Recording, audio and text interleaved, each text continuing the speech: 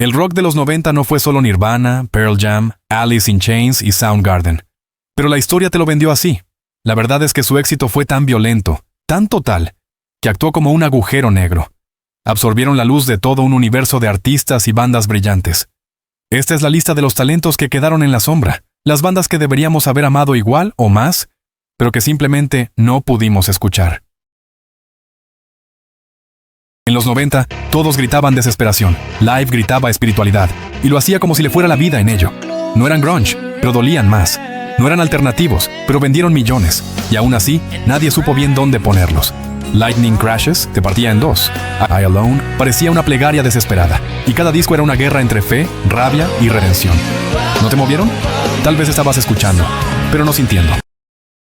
Y también, Collective Soul no fue grunge, pero llegó con la misma furia. No fue alternativo, pero hizo temblar la radio noventera. Eran demasiado melódicos para los puristas y demasiado pesados para los poperos. ¿Resultado? Millones de fans y cero reconocimiento. Riffs brillantes, coros inmensos y letras que sonaban bien incluso cuando no entendías por qué dolían. Si crees que fueron una banda de un solo hit, es porque solo escuchaste, sin prestar atención. Nirvana aplastó la última ola de grunge y post-grunge, pero también aniquilaron el futuro de los que venían desde el metal y el AOR. Por ejemplo, ¿te gusta el hard rock británico pero solo hablas de Led Zeppelin y Def Leppard? Entonces estás ignorando a uno de los secretos mejor guardados del Reino Unido, Thunder. Danny Bowes canta con alma, Luke Morley rifea con clase, y juntos hicieron del rock clásico algo fresco en plena era del grunge. ¿No los conoces? No es tu culpa, es la tuya por no escarbar más allá de los titulares.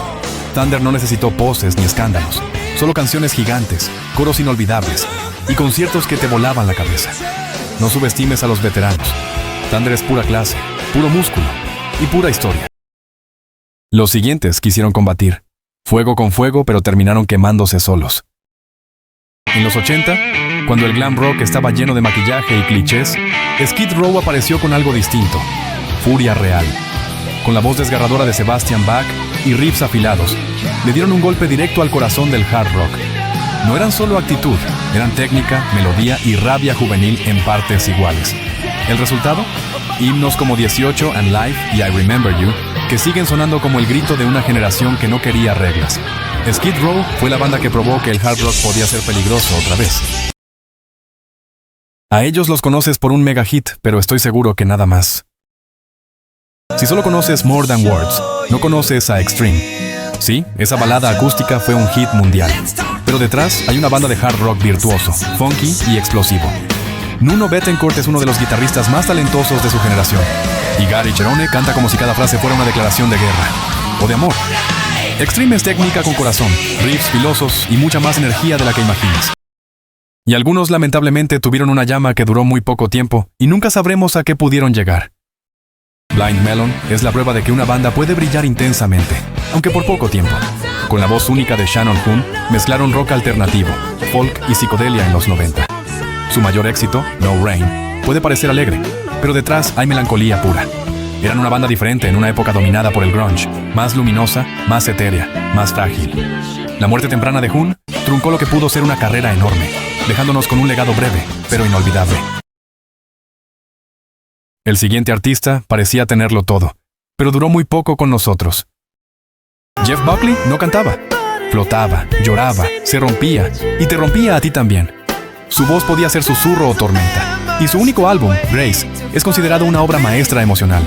Era rock, era folk, era jazz, era pura sensibilidad sin defensas. Murió joven, sí, pero dejó canciones que aún hoy siguen sanando a quien las necesita. Jeff Buckley no fue una promesa, fue un milagro fugaz. Y también están los que prendieron la flama grunge, pero no vivieron frente a los reflectores. 13. Si creías que el grunge nació en Seattle, te falta escuchar a Dinosaur Jr. Ellos ya estaban moldeando ese sonido antes de que explotara la etiqueta. Distorsión cruda, guitarras saturadas y solos infinitos, pero con una sensibilidad melódica que los hace únicos. Jay Macy's convirtió el ruido en poesía, y cada canción es una batalla entre la furia y la ternura. Dinosaur Jr. no son un recuerdo de los 90, son la raíz de todo lo que vino después. Los siguientes incluso fueron de sus más grandes influencias. The Melvins no siguen reglas, ellos las inventan y luego las rompen. pesados, lentos, abrasivos. Fueron el puente entre el punk, el metal y lo que después llamaron grunge. Mientras todos buscaban sonar limpios, ellos afinaban más bajo, tocaban más lento y hacían temblar paredes. Sin The Melvins, bandas como Nirvana o Soundgarden no sonarían igual. Son caos controlado, ruido con propósito. No son para todos, pero si te atrapan, no hay vuelta atrás. Kurt Cobain admiraba profundamente la voz y el trabajo de esta banda. Antes de que el grunge se convirtiera en moda, Screaming Trees ya estaba mezclando psicodelia, garage rock y una voz que parecía arrastrar décadas de polvo y whisky. La banda de Mark Langan fue la conexión perfecta entre la crudeza de Seattle y las melodías atemporales de los 60. Oscuros, intensos y mucho más complejos que el cliché grunge que vino después. Si pensabas que el grunge solo eran distorsiones y rabia, es porque no escuchaste a Screaming Trees. Mientras tanto, en el Reino Unido, toda una escena estaba a punto de explotar, hasta que el grunge se lo llevó todo. No ignores la base del Britpop de la mano de... Antes de que Oasis se adueñara de Inglaterra, The Stone Roses ya habían escrito el manual del Britpop. Con un solo álbum debut, mezclaron psicodelia, actitud callejera y melodías eternas. I Wanna Be Adored no era solo una canción, era una declaración de principios. Su legado no está en la cantidad, sino en la perfección de cada nota. Una banda que convirtió la arrogancia en arte. Y si hablamos de Britpop, no podemos obviar a... Antes de que Blur y Oasis dominaran el Britpop, ya estaba Suede encendiendo la mecha. Oscuros, sexys, teatrales. Hicieron del glam y el indie un cóctel explosivo. Brett Anderson no cantaba, se retorcía en cada verso. Suede no buscaba agradar, quería incomodar, seducir y sacudir. Y lo logró. Y por supuesto, ellos también. Primal Scream fue la banda que entendió que el rock y la electrónica no eran enemigos, sino aliados. En los 90 tomaron guitarras, samplers y beats ácidos y crearon un sonido que cambió la música británica para siempre. Screamadelica no fue un disco más, fue una revolución cultural. La psicodelia de los 60 mezclada con el éxtasis de las raves. Primal Scream no se encasilló nunca, pero siempre supo cómo sacudir cuerpos y conciencias. Y ellos no se quedaron atrás. James nunca necesitó exagerar para emocionar. Su música es pura honestidad, melodías luminosas que esconden dudas, fe y vulnerabilidad. Desde los 80 se convirtieron en una de esas bandas que marcan con himnos que parecen escritos para cantar en comunidad, pero que también funcionan como un abrazo íntimo. No son solo indie rock, son la prueba de que la sencillez, bien hecha, puede ser trascendental.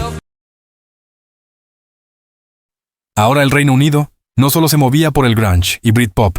Hubo una banda que se atrevió a hacer algo diferente. Jamiroquai no fue una moda. Fue un meteorito funky que cayó en los 90 y dejó a todos mirando para otro lado. Mientras el mundo estaba entre el grunge y el Britpop, ellos metían groove, crítica social y alma negra en una pista de baile. Y lo peor, lo hacían ver fácil. J.K. no era solo el tipo del sombrero raro, era el heredero del funk, el jazz y el soul, con beats que hoy siguen sonando más modernos que tu playlist. Virtual Insanity, eso fue solo la puerta de entrada. Pero el Reino Unido no se cansaba de dar lucha y aparecía nuevamente, por ejemplo. 22. The Charlatans no fueron los otros en la era del Britpop. Fueron los que demostraron que podías mezclar psicodelia, soul y actitud Manchester sin perder identidad. Mientras Blur y Oasis se peleaban los titulares, ellos construían un sonido hipnótico, órganos Hammond, grooves eternos y una voz que se queda en tu cabeza. The Charlatans no son moda, son resistencia, elegancia y espíritu indie hecho música. Luego aparecían los siguientes sobre los últimos meses del grunge para combatir la rabia con calma y melodía. The Verve no fue solo Bittersweet Symphony, fue poesía británica envuelta en muros de sonido. Su mezcla de rock alternativo y psicodelia creó paisajes sonoros que no se escuchaban desde los 70. Melancolía, esperanza y rabia. Todo en la misma canción. Richard Ashcroft cantaba como si le fuera la vida en cada verso. Y cuando lo escuchas, también te la juega a ti. The Verve es música para perderse. Y quizás encontrarse. Y también, quisieron combatir fuego con fuego. Bush fue la respuesta británica al grunge, pero con un toque más pulido, más sensual, más explosivo. Mientras Nirvana y Pearl Jam ardían en Seattle, Gavin Rossdale y los suyos llevaron la furia y la melancolía a un público global. Distorsión, riffs que cortan y letras cargadas de deseo y desesperanza.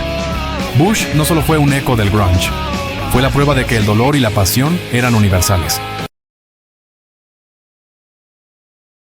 Y lo más trágico, su sombra opacó a genios tan singulares que no encajaban en ninguna etiqueta. El talento puro que se perdió en la rabia. Ben Harper no cabe en una sola caja. Puede tocar blues con un slide, soul con una lágrima en la voz y rock con la fuerza de una protesta. Su música es espiritual, pero también terrenal. Canta sobre amor, fe, injusticia y esperanza. Como si cada canción fuera una conversación directa contigo. No es un músico que suene de fondo, es uno que te obliga a escuchar. El siguiente probablemente hubiera terminado colaborando con Kurt y Nirvana en algún momento. No tengo pruebas, pero tampoco dudas. Beck nunca jugó con las reglas de la música, las rompió todas. Y luego inventó las suyas. Un camaleón absoluto. Lo mismo te mezcla folk con hip hop, que te lanza un himno alternativo lleno de ironía. Cada disco es un laboratorio sonoro, donde lo absurdo convive con lo brillante. Con Beck nunca sabes qué esperar, pero siempre termina sorprendiéndote. El mundo no solo era rabia, había dolor en silencio o susurrante que solo escuchabas si ponías atención. Portishead no hacía canciones, construía atmósferas. Con beats lentos, vinilos rayados y la voz desgarradora de Beth Gibbons, crearon un sonido oscuro y melancólico que definió lo que hoy conocemos como trip hop. Su música es como un sueño inquietante, bello, hipnótico, pero cargado de una tristeza que no puedes sacudirte. Portishead no es para escuchar de fondo, es para perderse en él. La historia del rock está escrita por los ganadores. Nirvana ganó. Pero estas bandas prueban que perdimos más de lo que ganamos en los 90. Es hora de corregir el error. Pero la lista es más larga. Yo solo puse algunos. Dime, ¿cuál de estas bandas fue la víctima más inocente? Y lo más importante, ¿a qué banda olvidé que Nirvana también hizo que ignoraras? Tu turno de hacer justicia.